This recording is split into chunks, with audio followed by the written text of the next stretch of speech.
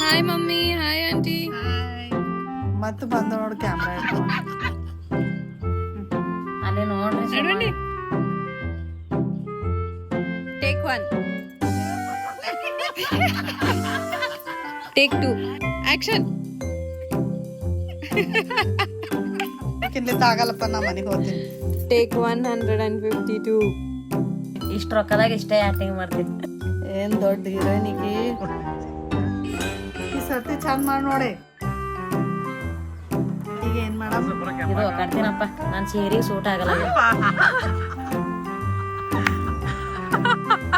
ಎಲ್ಲ ಬರೇ ಒಕ್ಕಟ್ಟದೆ ಎಲ್ಲ ಶಟಪ್. ಈ ಗಿಡನೂ ಹೀಗೆ ಸತಾಸ್ಲತ್ತದ ನೋಡಿ.